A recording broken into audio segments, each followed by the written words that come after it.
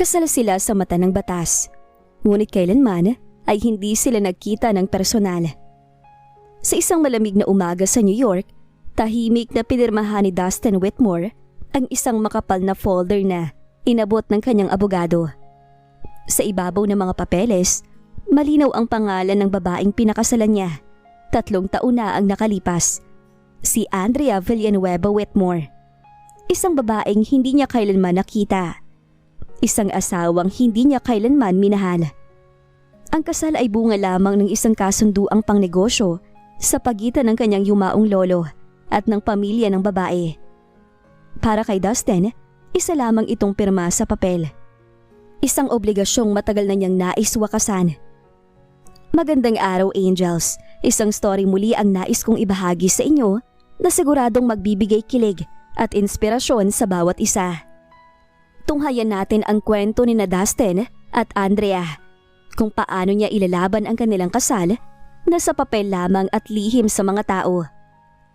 Pero bago tayo magpatuloy, kung bago ka pa lamang sa ating channel, ay pakilike po ng ating video, paklik din ang subscribe button, gayon din ang bell icon para lagi kayong update sa mga parating ko pang uploads.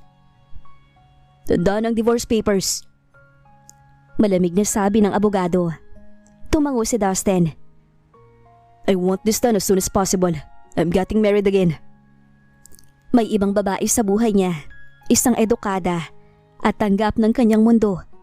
Ngunit bago iyon mangyari, kailangan niyang tapusin ang kasal na matagal ng multo ng kanyang nakaraan. Kaya lumipad siya patungong Pilipinas, hindi upang hanapin ang pag-ibig, kundi upang tapusin ang isang kasal na walang saysay. Sa kabilang panig ng mundo, sa isang tahimik ngunit maayos na apartment sa Maynila, tahimik din nagsisimula ang araw ni Andrea. Simple ang suot niyang puting blouse, itim na slacks, ngunit hindi matatawaran ang kanyang natural na ganda. Mahinhin ang kilos, ngunit matalas ang isip. Hindi alam ng marami, ngunit si Andrea ay isa sa mga pinakabatang financial analyst na lihim na kinukuha ng malalaking kumpanya para ayusin ang mga problemang ayaw ipaalam sa publiko. Tahimik siya, simple, ngunit napakatalino. At oo, siya ang secret wife ni Dustin. Alam niya ang kasunduan. Alam niyang darating ang araw na hahanapin siya ng lalaking pinakasalan niya sa papel lamang. Ngunit hindi siya naghanda para sa sakit dahil sa loob ng 3 taon, natutunan na rin niyang maging kontento sa katahimikan. Hanggang sa dumating ang isang sobre. Divorce notice. Nanginginig ang kamay ni Andrea habang binabasa ang laman. Hindi siya umiyak, hindi siya nagalit. Sa halip, huminga siya ng malalim. Parang matagal na niyang hinihintay ang sandaling ito. Dumating na rin. Bulong niya sa sarili. Hindi niya alam ang lalaking gustong makipag-divorce sa kanya ay siya ring lalaking manghihinayang, manghihina at tuluyang mauunang umibig. Sa sandaling magtagpo ang kanilang mga landas. Mula sa bintana ng sasakyan, tahimik na minasdan ni Dustin ang magulong kalsada ng Maynila. Iba ito sa malamig at organisadong mundo na kanyang nakasanayan. Mas maingay, mas buhay at sa hindi niya maipaliwanag na dahilan, mas ramdam niya ang bigat ng kanyang paghinga. Sa kanyang bag ay naroon ang mga papeles, malinis, maayos, at handang pirmahan. Para sa kanya, ito ay isang simpleng misyon. Hanapin ang babaeng pinakasalan niya sa papel, ipaalam ang intensyon, tapusin ang kasal, at bumalik sa buhay na planado na niya. Ngunit may kakaibang kaba sa kanyang puso. Huminto ang sasakyan sa harap ng isang modernong gusali. Sir, ito na po ang address. Sabi ng driver. Tumango si Dustin at bumaba. Hindi alam na sa lugar na yon ay magsisimula ang lahat ng bagay na hindi niya plinano. Sa ika-10 palapag, tahimik ang hallway. Kumatok ang lalaki sa pinto at ilang sandali pa bumukas ang pinto at doon parang huminto ang mundo niya. Ang babaeng nasa harapan niya ay may maamong muka, malinaw na mga mata at tindig na hindi mapagkakamalang karaniwan. Hindi siya nakaingranding bihis, ngunit may natural na elegance, isang ganda na hindi kailangan ipagsigawan. Can I help you? Mahinahong tanong ng babae. Hindi agad nakapagsalita si Dustin. Ilang segundo siyang nakatitig. "Are you Andrea Villanueva?" Tanong niya sa wakas. Tumango ang babae. "Yes, and you are?" Lumunok si Dustin bago nagsalita. "Dustin Whitmore, your husband." Kung may inaasahan man si Andrea, galit, kaba o gulat, hindi iyon ang ipinakita niya. Sa halip, bahagya siyang ngumiti. Parang matagal na niyang pinaghandaan ang sandaling ito. "So, dumating ka na rin sa wakas," sabi niya. Pumasok si Dustin, dala ang kakaibang pakiramdam. Sa loob ng apartment, simple ngunit elegante ang ayos. Malinis, tahimik at puno ng libro. Umupo sila sa magkatapat na sofa. Kinuha ni Dustin ang folder at inilapag sa mesa. "I came here to finalize our divorce." Diretsyong sabi niya. Tahimik si Andrea. Tinitigan niya ang folder. Saka itinaas ang tingin sa lalaki. Walang luha, walang pagsusumamo.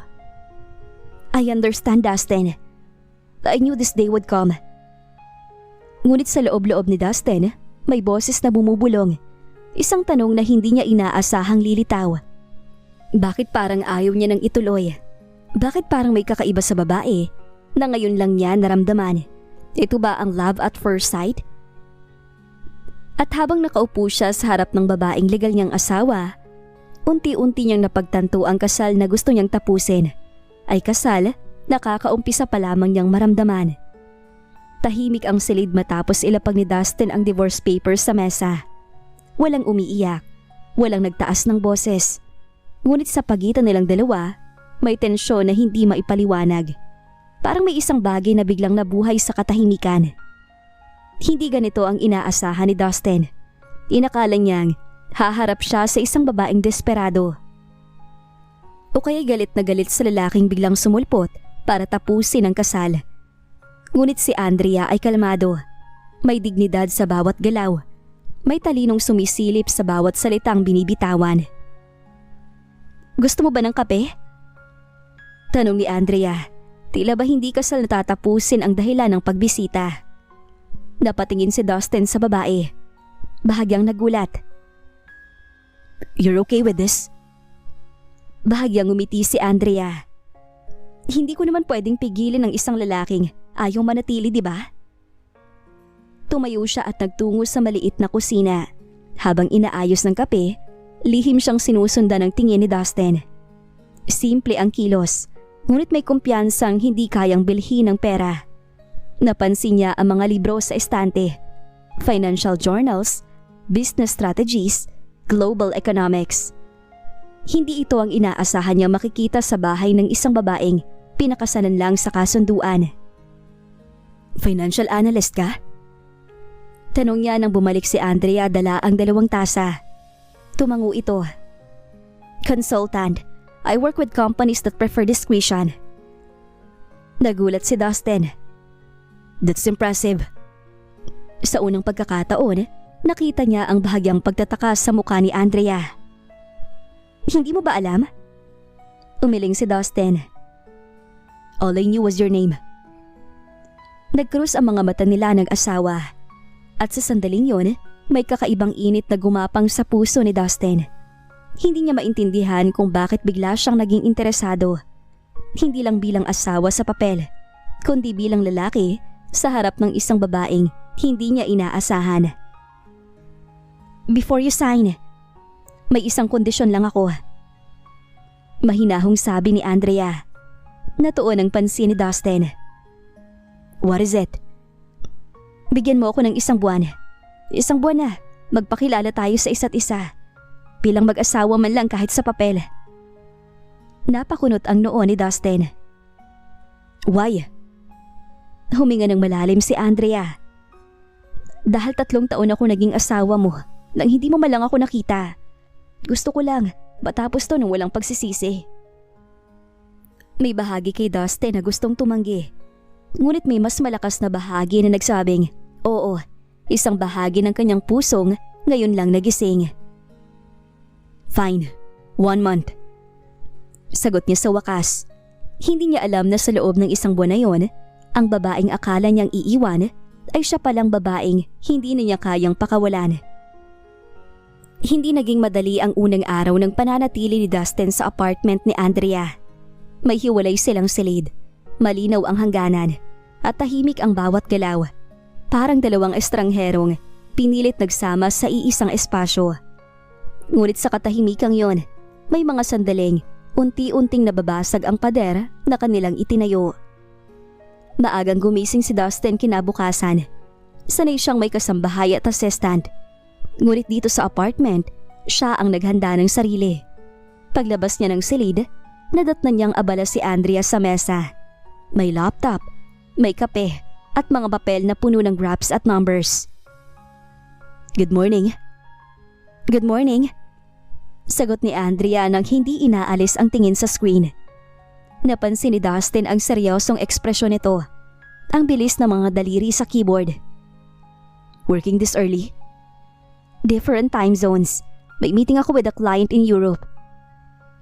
Tahimik na umupo si Dustin sa kabilang dulo ng mesa. Hindi niya inaasahan na masisilayan niya ang asawang ganito kapropesyonal. Malayo sa imaheng nabuo niya noon. Nang matapos ang tawag, huminga ng malalim si Andrea, saka siya tiningnan. "Sorry, I hope I wasn't rude." Umiling si Dustin. "No, I was impressed." Sa mga sumunod na araw, unti-unti silang nasanay sa presensya ng isa't isa. Sabay na nagkakape sa umaga, minsan nagluluto ng hapunan, at may mga gabing tahimik na nanonood ng balita. Walang pilitan, walang tanong na masyadong personal. Ngunit may mga sandaling hindi maiiwasan. Isang gabi, biglang nawalan ng kuryente dahil sa malakas na ulan. Nagmadali si Andrea sa paghahanap ng kandila, habang si Dustin ay nagtangkang magbiro. "Romantic view," sabi niya, bahagyang ngumiti. Napatawa si Andrea, isang maikling tawa, ngunit sapat para mapatitig si Dustin. "Hindi ka naman pala masungit." Biro niya. "Tahimik lang," sagot ni Andrea. Sa ilaw ng kandila, mas luminaw ang mga mata nito, ang linya ng labi, ang natural na ganda na hindi niya maipaliwanag kung bakit lalo siyang nahahalina sa asawa. Bigla niyang naalala ang divorce papers na nasa bag niya. At sa unang pagkakataon, parang ayaw na niyang isipin yun. "Why did you agree to this marriage?" Bigla niyang tanong. Natahimik si Andrea. "Para sa pamilya, para sa utang na, hindi naman akin." May lungkot sa boses ni Andrea na hindi niya inaasahan. At sa sandaling yon, may bahagi sa kanyang sarili na gustong protektahan ang babaeng nasa harap niya. Sa ikalawang linggo ng pananatili ni Dustin sa ilalim ng iisang bubong kasama si Andrea, unti-unti niyang napansin na may mundo ang babae na hindi basta-basta ibinubukas kanino man. Isang araw, napagpasyahan ni Dustin na sundan ang takbo ng araw ni Andrea. Hindi siya nang himasok, nagmasid lamang. Napansin niyang may mga tawag itong tinatanggap na palaging nasa Ingles. May tono ng paggalang at pag-alala mula sa kausap. May mga salitang binabanggit na pamilyar sa kanya. Corporate restructuring, debt management, internal audit. Hindi ito pangkaraniwang trabaho. Isang hapon, nadatnan niya si Andrea sa balcony. May kausap sa telepono. Hindi niya sinasadyang marinig, ngunit malinaw ang sinabi ng babae. "Give them 2 weeks. If they refuse transparency, I'll withdraw my recommendation." Napatingin si Dustin. Parang may otoridad ang boses ni Andrea. Malayo sa manhinhin nitong imahe sa bahay. Pagpasok ni Andrea, nagkabanggaan ang kanilang mga mata. "Narinig mo?" Tanong nito, walang pagtatanggol sa tinig. "Hindi ko intensyong makailam, pero mukhang malaking ginagalawan mong mundo." Sagot ni Dustin. Ngumiti si Andrea, isang ngiting may halong pagod. "Hindi ko lang gustong ipaalam." "Why?" "Dahil mas tahimik ang buhay kapag walang nakakaalam." Sa gabing yon, hindi mapakali si Dustin. Ang babaeng pinakasalan niya sa papel ay hindi lamang maganda at matalino. Isa siyang babaeng may impluwensya. At sa bawat lihim na unti-unting sumisilip, lalo siyang napapalapit sa asawa. Kinabukasan, dumating ang isang bisita. Isang lalaking nakasuot, may hawak na briefcase. Pagbukas ni Andrea ng pinto, bahagyang nagbago ang ekspresyon nito. Ma'am Andrea, the board approve your proposal. Magalang na bati ng lalaki. Napakunot ang noo ni Dustin. Board? Proposal? Nang makaalis ang bisita, hindi na napigilan ni Dustin ang sarili. Who are you really, Andrea? Tumingin sa kanya ang babae. Diretso, walang pag-iwas. Isang babaeng natutong tumayo mag-isa. Ikinuwento ni Andrea ang kanyang pinagdaanan, ang pagbagsak ng negosyo ng ama, ang utang na naiwan sa kanya at kung paano niya ginamit ang talino upang bumangon. Ang kasal kay Dustin ay naging tulay lamang upang mabayaran ang utang, ngunit ang tagumpay, iyon ay kanya. Tahimik na nakinig si Dustin, walang panghusga kundi paghanga. Kinabukasan, nagpa siya si Andrea at Dustin na lumabas ng bahay. Hindi para sa trabaho o business meeting, kundi para sa isang simpleng bonding. Bagaman sa papel ay mag-asawa na sila, ngayon lang nila maramdaman ang pagiging magkasama sa totoong mundo. Where do you want to go first? Tanong ni Dustin habang nakasakay sa kotse. Grocery store muna. Sagot ni Andrea na may maamong ngiti. Kailangan ko ring mamili ng mga ingredients para sa dinner. Napangiti si Dustin. Hindi niya inaasahan ang simpleng kasiyahan na dulot ng ordinaryong gawain. Habang naglalakad sila sa pamilihan, napansin niya ang mga mata ng babae. Puno ng buhay at pagtutok sa bawat item na hawak. Hindi siya basta napapansin ng kahit sino sa kanila noon. Ngunit ngayon, tila bawat kilos niya ay may kahulugan sa harap ni Andrea. Do you usually do this yourself? Tanong ni Dustin habang pinapasa sa kanya ang basket. Yes, masaya ako kapag nakakapili ako ng maayos na pagkain para sa sarili ko. Para sa pamilya ko rin minsan. Habang namimili, nagbiro si Dustin tungkol sa mga prutas. You really know which apples are the best, huh? Napatawa si Andrea. Talagang may eye for quality. Hindi lahat ng bagay pwedeng basta-basta lang piliin. Matapos mamili, naglakad sila patungong isang simpleng kainan sa kanto.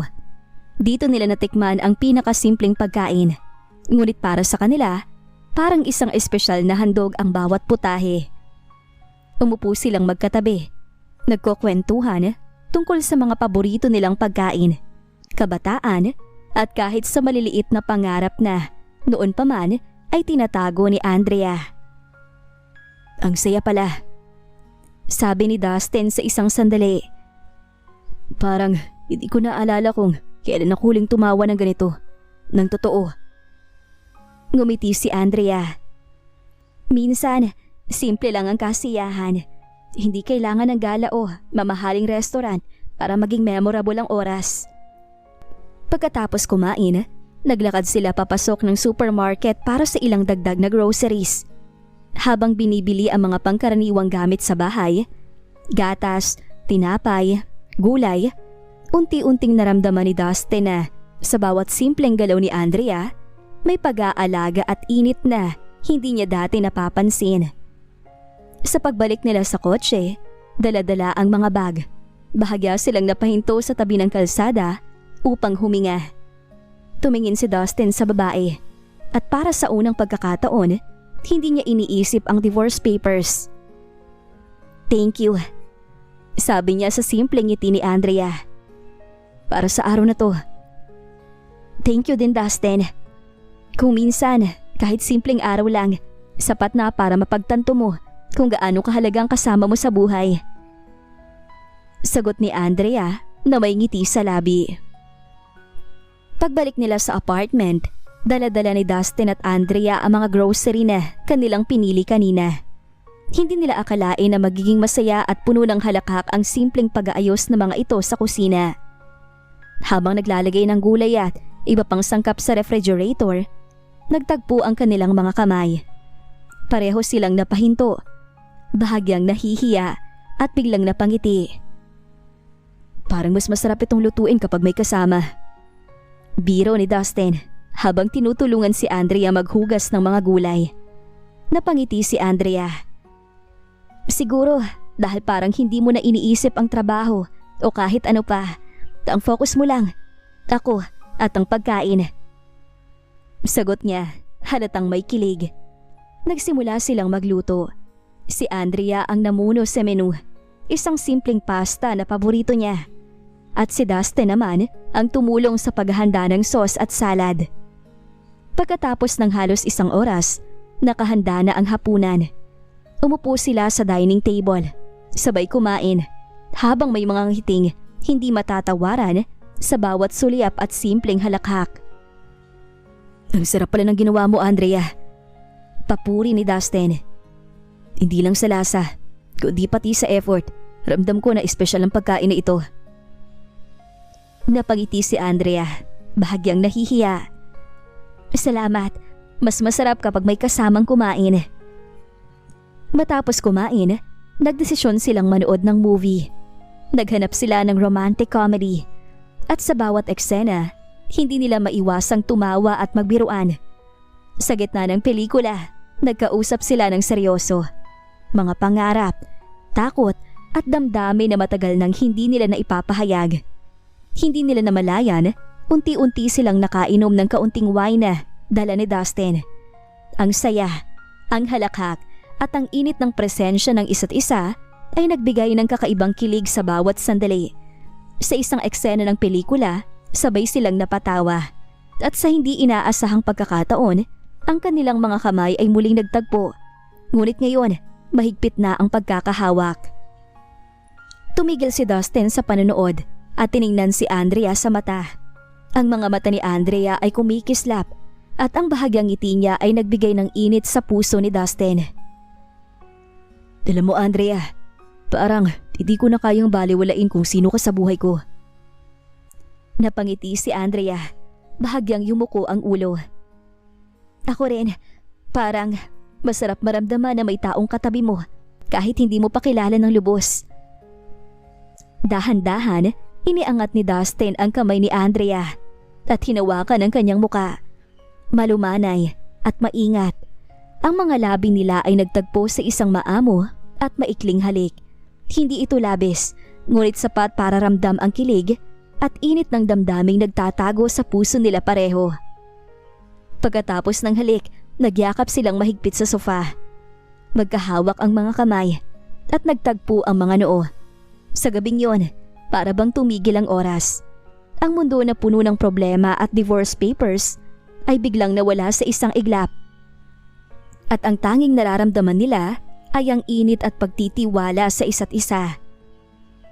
Sa tahimik na katahimikan ng apartment, sa ilalim ng liwanag ng TV at malamig na hangin sa bintana, ramdam nilang pareho ang kasal na nasa papel lamang ay unti-unting nagiging tunay na pagsasama. Puno ng damdamin at kilig na hindi nila inaasahang maramdaman sa simula.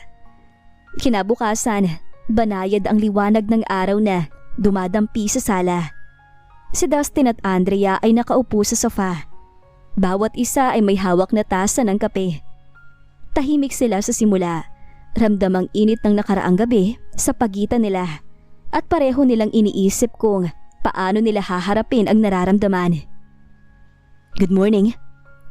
Mahinahong bati ni Dustin. Bahagyang napangiti siya. Ngunit ramdam ang kaunting kaba sa kanyang tinig. Good morning din. Sagot ni Andrea, bahagyang nahihiya rin. Pinisil niya ang tasa sa kanyang mga kamay at tiningnan ng lalaki. About last night. Tumango si Dustin, tila nag-iingat sa bawat salita. Yeah, we should talk about it. Nagkaroon ng sandaling katahimikan at ramdam ng bawat isa ang bigat at init ng damdaming hindi pa nila naipapahayag. Si Andrea ang unang nagsalita. Hindi ko naman ine-expect na ganito ang mangyayari, pero hindi ako nagsisisi. Napangiti si Dustin, bahagyang nahihiya. Neither do I. Parang kahit hindi ko pa alam kung anong nararamdaman ko noon. Pero ramdam ko ngayon na may bagay na nagbago sa pagitan nating dalawa, Andrea. Tumingin ng asawa sa kanya.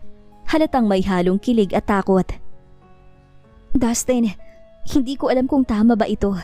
Pero gusto kong malaman mo na okay lang sa akin ang nangyari. At parang mas gusto ko na maging close tayo. Hindi lang sa papel bilang mag-asawa. Tumango si Dustin. Unti-unting lumapit sa kanya. Andrea, I feel the same. Last night, kahit simple lang, ramdam ko na may connection tayo. Di ko na kayang baliwalain yun.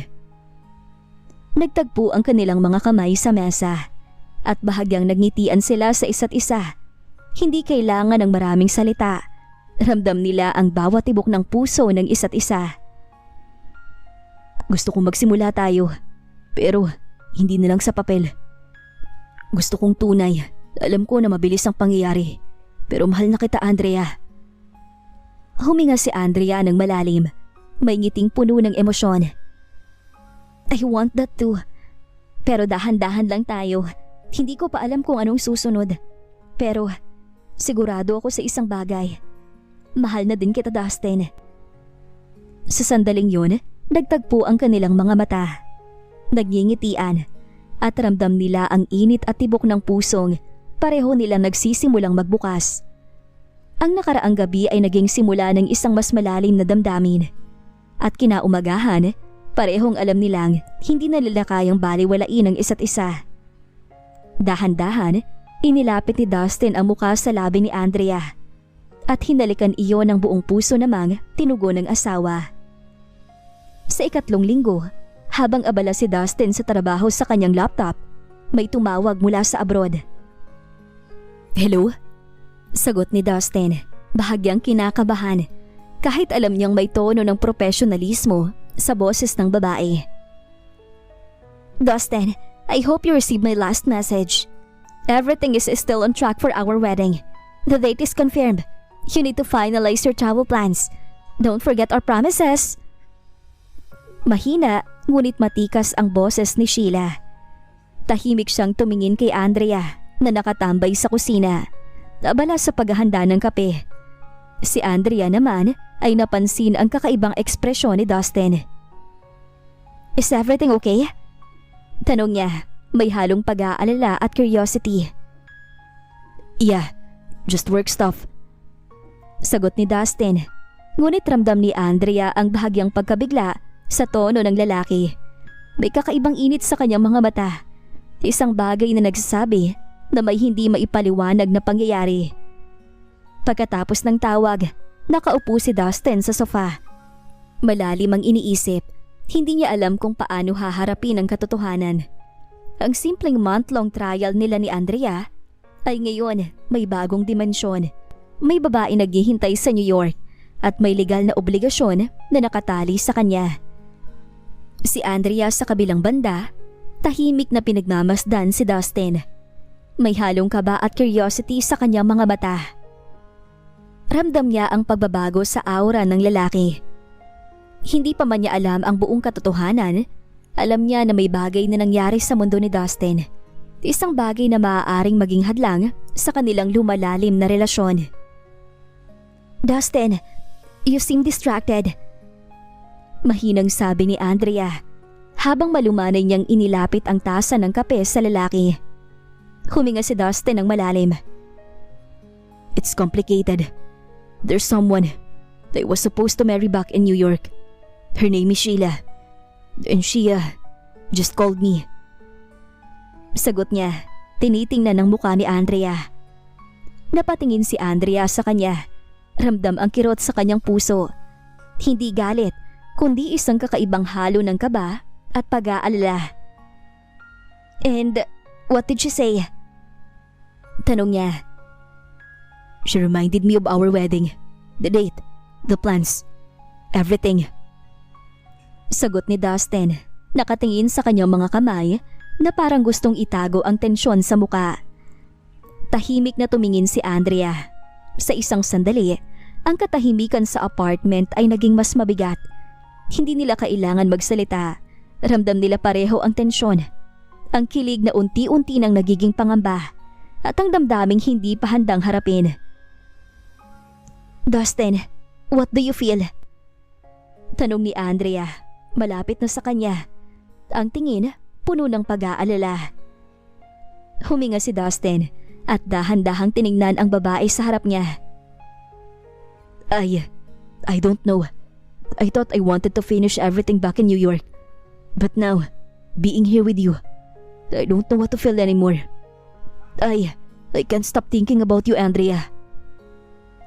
Para sa unang pagkakataon, napansin ni Andrea ang lalim ng damdamin ni Dustin, ang pag-aalangan, ang init at ang sigasig na hindi niya inaasahan. Ang tawag ni Sheila ay isang paalala ng nakaraan. Ngunit sa harap niya ngayon, ramdam ni Dustin ang tunay na koneksyon sa asawa. Sa papel, na ngayon ay nagiging totoo. Tahimik silang nagtagpo ang mga mata. May halong kilig at tensyon. Pareho nilang alam, ang tawag na yon ay simula pa lamang ng isang mas komplikadong makakaapekto sa relasyon nila. Ang month-long trial ay hindi lang tungkol sa kilig o bonding. Ito ay may bagong hamon. Isang hapon kung saan kailangan harapin ni Dustin ang nakaraan at tuklasin kung sino ang babaeng tunay niyang minamahal. Hindi inaasahan ni Andrea na sa isang tahimik na hapon, habang inaayos niya ang mga bulaklak sa mesa at naghihintay kay Dustin na bumaba mula sa itaas, ay may darating na bisitang magpapayanig sa mundo niyang unti-unti pa lamang niyang binubuo. Tumunog ang doorbell. Napatingin siya sa pinto. Bahagyang nagtataka. Hindi nila inaasahang may bisita. Nang buksan niya iyon, bumungad sa kanya ang isang babaeng elegante, maputi, matangkad, at ubod ng ganda. Nakasuot ito ng fitted coat, may hawak na branded na bag, at ang ngiti sa labi ay may halong kumpiyansa at pagmamalaki. "Hello?" Malambing na bati ng babae. "I'm looking for Dustin." Parang may kumurot sa puso ni Andrea, ngunit pinanatili niya ang pagiging kalmado. "He's upstairs. May I ask who you are?" Ngumiti ang babae ng mas maliwanag. "I'm Sheila, his fiancée." Parang biglang nawala ang tunog sa paligid ni Andrea. Fiancée. Ang salitang yon ay parang malamig na tubig na ibinuhos sa kanya. Bago pa siya makapagsalita, bumaba na si Dustin mula sa hagdan at nang makita niya si Sheila, agad na nagbago ang ekspresyon niya. "Sheila, what are you doing here?" Gulat na sambit niya. Lumapit agad si Sheila, walang pag-aalinlangan, at mahigpit na niyakap si Dustin. "I missed you, babe." Malambing niyang sabi, idinantay ang ulo sa balikat ng lalaki. "I couldn't wait anymore. I wanted to see you." Natigilan si Dustin, halatang hindi inaasahan ang paglitaw nito. Sa gilid, tahimik lamang na nakatayo si Andrea. Pilit na pinipigilan ang bigat sa puso niya habang nasasaksihan ng eksenang iyon, ang yakap, ang lambing, ang pamilyar na galaw ng babaeng parang may karapatang gawin iyon. "Sheila, we need to talk." Seryosong sabi ni Dustin, bahagyang inaalis ang sarili sa yakap. Ngunit tila hindi iyon pinansin ng babae. Hinawakan niya ang braso ni Dustin at ngumiti, saka tumingin kay Andrea. "You must be Andrea." Sabi nito, maayos ang tono, ngunit may bahid na pagsusuri. "The wife on paper." Parang tinusok ang puso ni Andrea sa mga salitang yon. Pilit siyang ngumiti. "Yes, welcome, miss." "Thank you. I'm glad to finally see the woman Dustin had to marry because of business arrangements. But don't worry, everything will go back to normal soon. Right, babe?" Napatingin si Dustin kay Sheila, halatang hindi komportable. "Sheila, please." Ngunit mas lalo pang lumapit ang babae. Hinawakan ang pisngi ni Dustin at marahang hinaplos. "You promised me, Dustin. You said once the divorce papers are signed, we'll finally start our real life." Hindi na kinaya ni Andrea ang katahimikan. "Excuse me, I'll prepare some drinks." Mahinahon, ngunit may nanginginig na tinig. Habang naglalakad siya papuntang kusina, ramdam niya ang paninikip ng puso niya. Ang bawat salita ni Sheila ay parang nagpapaalala sa kanya ng katotohanan kahit anong saya ang nabuo nila ni Dustin, may isang babaeng handang bawiin ito. Sa likod niya, patuloy ang lambing ni Sheila, ang paghawak sa kamay ni Dustin, ang pag-upo ng malapit, ang pag-alala sa mga alaala nila sa New York. At sa bawat halakhak ni Sheila, mas lalo lamang nararamdaman ni Andrea ang sakit ng selos at takot. Hindi niya alam kung kailan siya nagsimulang umibig ng ganito kalalim. Ang alam lang niya, sa paglitaw ni Sheila, bigla niyang na-realize kung gaano niya kamahal si Dustin at kung gaano kasakit isipin na baka mawala ito sa kanya. At habang pinagmamasdan ni Dustin si Andrea mula sa malayo, ang babaeng tahimik na nasasaktan, doon niya napagtanto na ang desisyong iiwasan niya noon ay hindi na niya maaaring takasan. May kailangan siyang piliin. Tahimik ang buong bahay nang maisara ni Dustin ang pinto ng study room. Iniwan niya si Andrea sa kusina. Ramdam ang bigat sa puso habang iniisip kung paano niya haharapin ang babaeng minsan niyang pinangakuan ng kinabukasan. Sa loob ng silid, nakatayo si Sheila sa may bintana. Nakatalikod, tila pinagmamasdan ang paligid na para bang sinusukat kung saan siya nababagay sa mundong ito. Sheila, we need to talk. Seriously. Mahinahong simula ni Dustin, ngunit matatag ang tinig. Huminga ng malalim ang babae bago humarap. I thought we already did on the phone. Sagot nito, bahagyang maiti sa labi. I came here because I want to make sure everything's moving forward. Our wedding, the divorce. Stop. That's exactly why we need this conversation. Putol ni Dustin. Nawala ang ngiti ni Sheila. What do you mean, Dustin? Lumapit si Dustin sa mesa at umupo. Magkasalikop ang mga kamay. I won't lie to you. Things have changed. Change how? Sheila, when I came here, my intention was clear. I wanted a divorce, finalized, so I could marry you. That was the plan. But plans don't always stay the same. Tama. But promises should. I know, and that's why I'm telling you the truth now. Then tell me, did Andrea sign the papers? No. Nanlaki naman ang mga mata ng babae. Why? Because I asked her to wait. And because I realized something I didn't expect. You're hesitating because of her? Dustin, she's just your wife on paper. You said it yourself. I know what I said before. But Andrea is no longer just someone I married to on paper. What are you saying? Tumayo si Dustin. Diretso ang likod. Handa nang harapin ang kahihinatnan ng kanyang mga salita. I'm saying that I fell in love with her. Alam ko napakabilis ng pangyayari. Pero hindi ko inaasahan na mamahalin ko si Andrea ng ganun kabilis. Parang tumigil ang oras. You what? Halos pabulong na tanong ni Sheila. Mahal ko si Andrea. Hindi ko to ginusto. Hindi ko to plinano. Nangyari lang. And I won't insult you by pretending it's not real. Napaurong si Sheila na narinig niya. After everything? After all the years we planned our future? Lahat sinakripisyo ko para sa kasal natin. Nagtiwala ko sa iyo, Dustin. Pero ito ang igaganti mo sa akin? Sheila, what we had was built on convenience and expectation. What I have with Andrea is real, honest. I won't marry you while my heart belongs to someone else. Namula ang mata ni Sheila, ngunit pilit niyang pinanatili ang dignidad. So that's it? You're choosing her? Oo. And I'm sorry for the pain this causes you. But you deserve someone who will love you fully. Hindi kalahati, hindi nagdadalawang isip. You should have told me sooner. I know, and that's my fault. Huminga ng malalim si Sheila at tumango. Then be honest until the end. Finish the divorce. Not for me, but because that's what's right for all of us. Tumango si Dustin. I will, but not because I'm running back to you. Because I'm choosing the truth.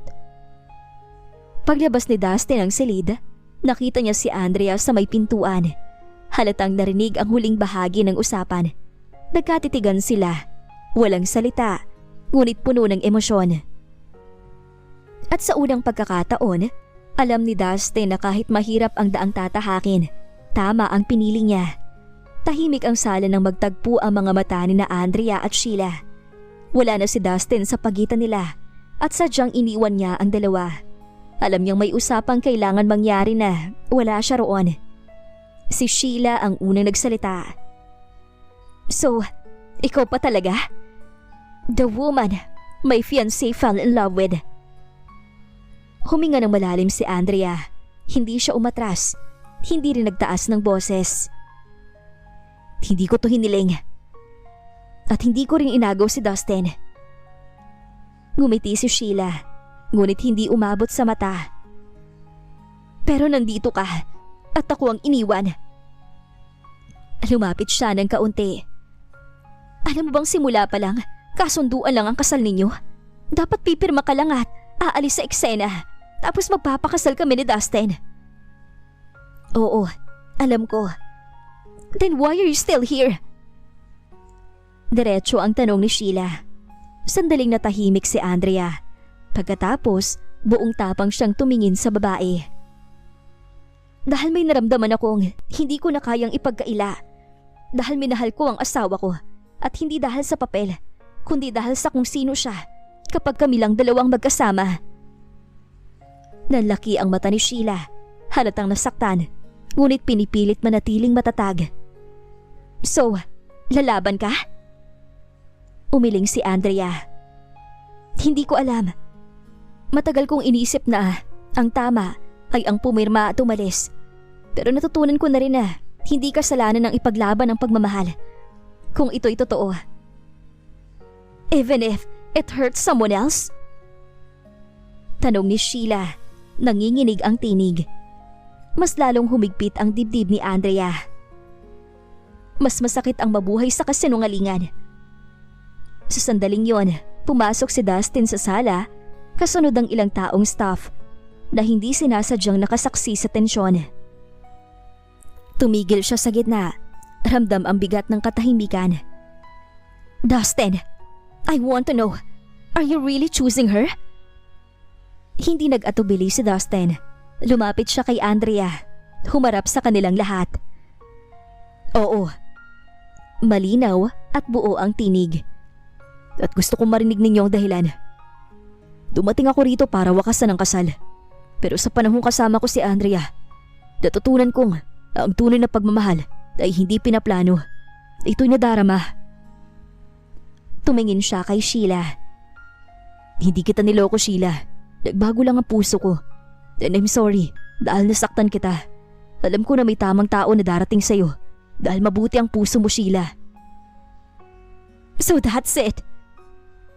I'm sorry at hindi ko hahayaang si Andrea ang magmukhang masama. Kung may kailangan madagot, ako dapat yun. Lumingon siya kay Andrea. Hindi kita pipilitin. Kung pipirma ka, igagalang ko. Pero gusto kong malaman mo, lalaban ako para sa'yo. Kung papayag ka, dahil mahal kita, Andrea. Lahat ng mata ay nakatuon kay Andrea. Huminga siya ng malalim.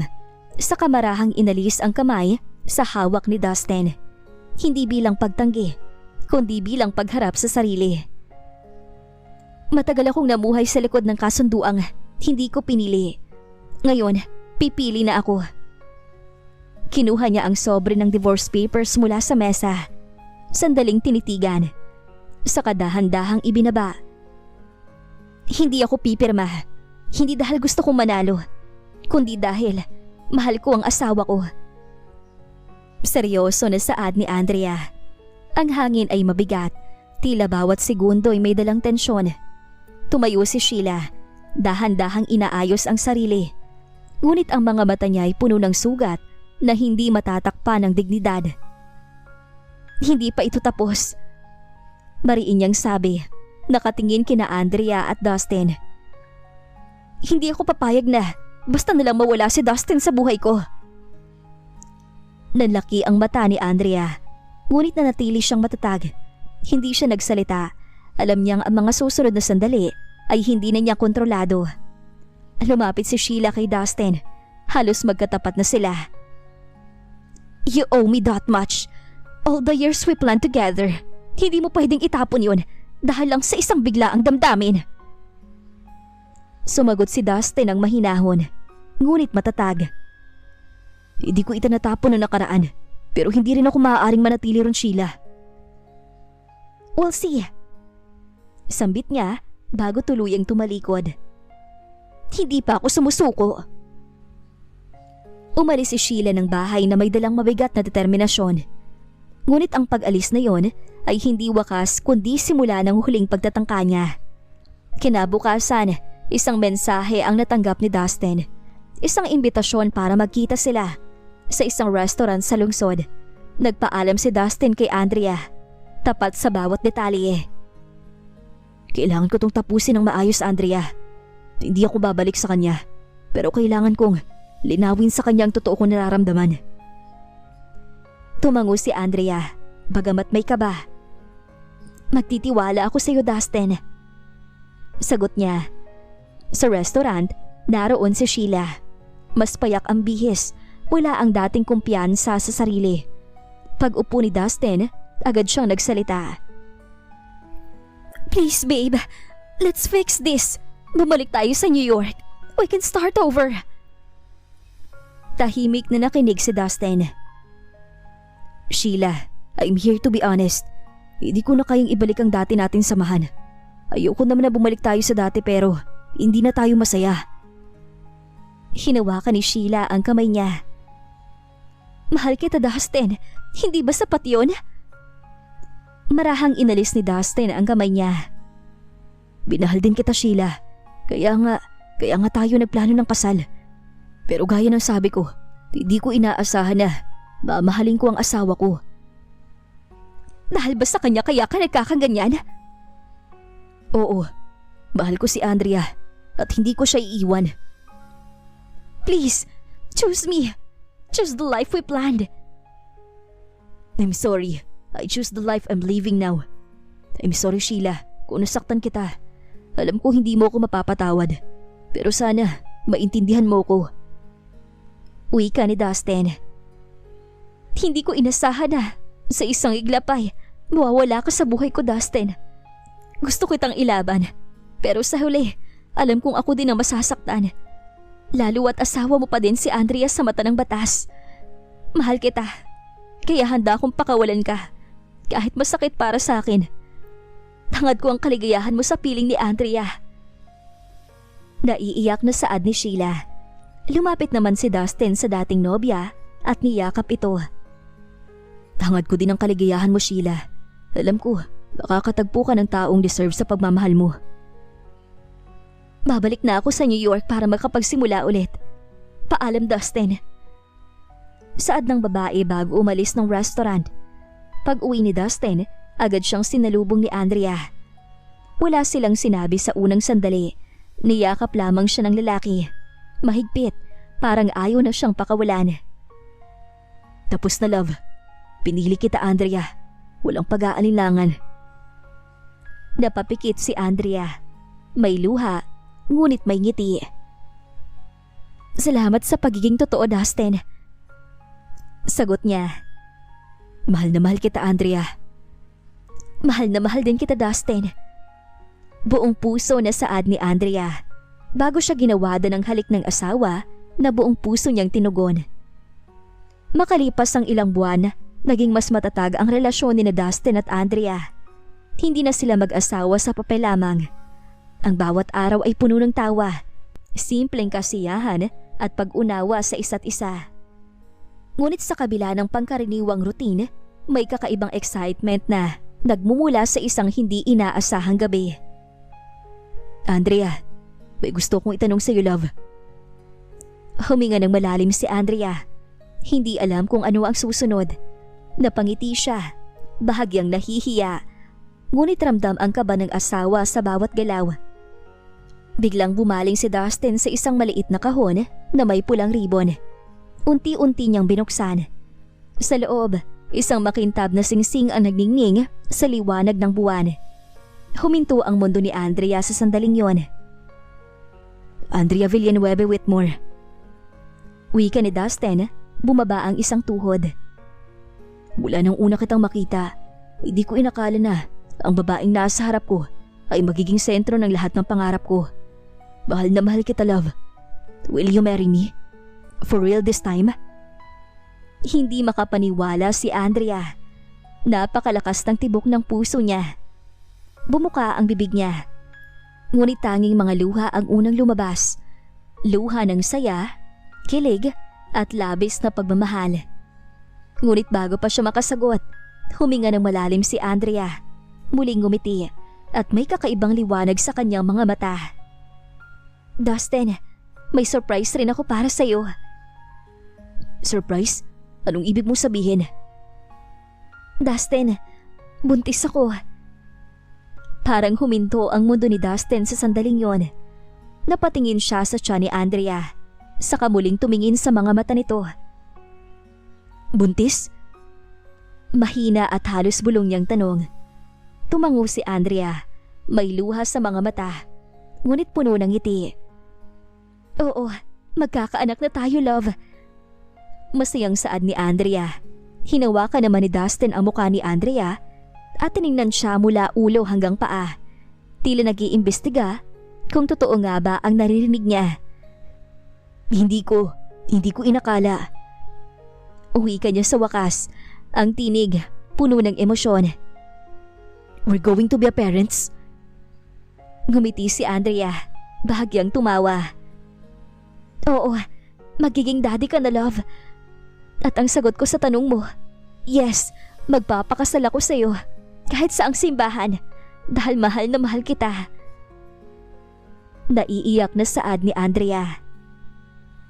Mabilis naman na niyakap ni Dustin si Andrea bago hinawakan ang kanyang tiyan. Andrea, this is amazing. I love you so much. At ngayon, lalong hindi ko nahahayaan ka mawala sa akin. Nagtagpo ang kanilang mga labi sa isang mahabang halik, puno ng damdamin, pagmamahal at pasasalamat sa mga nagdaang buwan na nagturo sa kanila na kahit sa gitna ng mga sorpresa at hindi inaasahang pangyayari, ang pagmamahal nila ay mas nagpatibay sa kanilang samahan. Pagkatapos ng halik, nakangiti si Dustin. So, may dalawang surprise ngayon. Ako nagtatanong ng kasal at ikaw ang may magandang balita. Tumawa si Andrea habang bahagyang yumuko. Sa wakas, tunay na pamilya na tayo. At ngayon, simula na ng bagong kabanata. Kasal, pamilya, at lahat ng bagay na gusto nating harapin na magkasama, love. Nakangiting saad ni Dustin. Naglakad silang magkahawak sa ilalim ng mga lantern. Ramdam ang malamig na simoy ng hangin, ngunit init ng damdamin sa kanilang puso. Alam nilang may hamon pa silang haharapin sa hinaharap. Ngunit sa gabing yon, wala nang ibang iniisip si Dustin kundi ang babaeng kanyang minahal at ang bagong buhay na dadalhin nila bilang pamilya. At sa liwanag ng buwan, sa tahimik na park, nagpasya silang maglakad ng magkasama. Hindi bilang mag-asawa sa papel, kundi bilang magkasintahan. Magiging mag-asawa ng totoo. At magiging magulang sa hinaharap. Isang gabi na puno ng saya, sorpresa at simula ng bagong kabanata sa kanilang buhay. Mula nang tanggapin ni Andrea ang proposal ni Dustin, nagsimula na agad ang kasiyahan at pag-aayos para sa kanilang kasal. Bagaman simple at eleganteng nais nila, ramdam nila ang excitement sa bawat detalye. Dustin, tingnan mo tong wedding gown. Tuwang-tuwa si Andrea habang hawak ang puting damit na may malalambot na lace at mahabang train. Para sa akin talaga, di ba? Ngumiti si Dustin, halatang proud sa asawa. Love, sobrang ganda mo dito. Hindi ko na mahintay na makita ka sa altar. Nagpunta sila sa venue sa Makati. Puno ng mga bulaklak at ilaw na nagbibigay ng romantic ambience. Habang pinagmamasdan nila ang lugar, hindi maiwasan ni Andrea ang manginig sa excitement. Parang hindi ko pa rin ma-imagine na magaganap na to. After everything, Tunay na magkasama na tayo. Humawak si Dustin sa kanyang balikat. Andrea, hindi lang to simpleng kasal. Simbolo to ng lahat ng pinagsamahan natin. Ang lahat ng pagsubok, sorpresa, at kilig na naramdaman natin sa nakaraang buwan. Habang nag-iikot sa venue, tinitingnan nila ang bawat detalye mula sa mga bulaklak na napili ni Andrea, sa cake na may eleganteng icing, hanggang sa seating arrangement para sa mga pamilya at malalapit nilang kaibigan. By the way, Dustin, sigurado ka ba sa guest list? Ayoko ng masyadong malaking crowd. Gusto ko, simple lang. Oo, perfect ng lahat. Ang importante, nandiyan ang mga taong mahalaga sa atin. At syempre, ikaw at ako, love. Nagdesisyon din silang mag-book ng isang wedding coordinator para tulungan silang ayusin ang bawat detalye. Mula sa catering, decoration, music at photography. Ramdam nila na kahit gaano kasimple ang kasal, magiging memorable ito para sa kanila at sa kanilang pamilya. Dustin, thank you. Hindi lang para sa kasal, kundi para sa lahat ng effort mo para sa atin. Para sa pagmamahal mo sa akin. Huminga si Dustin, hawak ang mukha ni Andrea at pinisil ang mga kamay niya. Andrea, ikaw ang dahilan ng lahat ng to. At sa araw ng kasal natin, gusto kong maramdaman mo na bahal kita ng buong puso. Sa gabi, naglakad sila sa garden. Pinagmamasda ng mga ilaw at bulaklak at ramdamang excitement at kilig na darating sa araw ng kanilang kasal. Parehong alam nilang may challenges pa silang haharapin sa hinaharap, lalo na sa bagong yugto ng pagiging magulang. Ngunit sa gabing yun, nakatuon lamang sila sa isa't isa, sa pagmamahal, pangako at sa bagong buhay na magsisimula sa harap ng altar. Ang araw ng kasal ni Dustin at Andrea ay dumating. Ang langit ay malinaw. May banayad na simoy ng hangin na nagdadala ng lamig sa garden venue. Ang mga bulaklak ay sariwa at makukulay. Ang mga ilaw ay kumikislap sa bawat sulok. At ang hangin ay tila sumasabay sa excitement ng bawat bisita. Si Andrea, nakasuot ng puting gown na may mahabang train at malambot na lace, ay nakatayo sa harap ng mirror. Hawak-hawak ang kamay ng kanyang ina. Ang kanyang mga mata ay kumikislap sa kilig at pananabik. I can't believe this day is finally here. Mahina niyang sabi. Ngumiti ang ina niya. Pinisil ang balikat ni Andrea. Andrea, masaya ako para sa iyo, anak. Samantala si Dustin ay nasa ibang bahagi ng venue. Nakasuot ng eleganteng suit. Ramdam niya ang kaba at excitement habang tinitingnan ng mga bisita na unti-unting dumarating. Ngunit higit sa lahat, ang kanyang puso ay nakatuon lamang kay Andrea, ang babaeng minahal niya, kasama sa kanyang bawat plano at pangarap. Dumating ang oras ng ceremony. Tahimik na humakbang si Andrea sa aisle. Hawak-hawak ang braso ng kanyang ama. Sa bawat hakbang, ramdam ni Dustin ang bigat at init ng damdamin sa puso niya. Napangiti siya sa tuwing nakatingin sa asawa. Paglapit ni Andrea, dahan-dahang niyakap ni Dustin ang kanyang kamay. Ang kanilang mga mata ay nagtagpo. At sa sandaling yon, tila huminto ang oras. Walang ibang naririnig kundi ang tibok ng puso ng isa't isa. Dustin, ito ang pinakamasayang araw ng buhay ko. At nandito tayo sa harap ng lahat upang ipagdiwang ang ating pagmamahalan. Huminga si Dustin, bahagyang napangiti. Andrea, sa loob ng mga nakaraang buwan, natutunan kong hindi lang basta kasalang mahalaga. Mahalaga ang bawat araw na kasama kita, bawat ngiti mo at bawat halakhak. I promise to love you, protect you, and cherish you, today and forever. Tahimik na tumitig si Andrea sa kanya, habang ang mga bisita ay nakatingin din sa kanila. Pagkatapos, dahan-dahang iniangat niya ang kamay ni Dustin, hawak ng mahigpit. I, Andrea Villanueva Whitmore, take you, Dustin Whitmore, to be my lawfully wedded husband. I promise to love, honor, and support you in every step of our journey. Niyakap ni Dustin si Andrea. Ramdam ang init ng kanilang damdamin at marahang nagtagpo ang kanilang mga labi. Sa isang mahabang halik, isang halik na puno ng pagmamahal, pangako na hindi malilimutan. Pagkatapos ng vows, naglakad silang magkasama pababa ng aisle. Hawak-hawak ang kamay at nakangiti sa bawat bisita. Ang kanilang mga mata ay nagtagpo at hindi na kailangan sabihin ng anumang salita. Ang kanilang pagmamahal ay malinaw sa bawat sulyap at ngiti. Pagkatapos ng ceremony, nagsimula ang reception. May simpleng dinner, musika at sayawan. Hindi mapigilan ni Dustin at Andrea ang maghalikan sa bawat pagkakataon, habang pinapakita sa lahat na sila ay tunay na mag-asawa. Ang bawat tawanan, halakhak at sulyap ay puno ng saya. Sa gitna ng gabi, nagbigay si Dustin ng isang maliit na toast. To my wife Andrea, sa lahat ng pagsubok at sorpresa, salamat sa pagmamahal sa akin.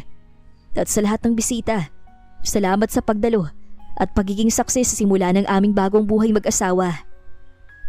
Napangiti si Andrea, bahagyang natutuwa sa mga salita ng asawa.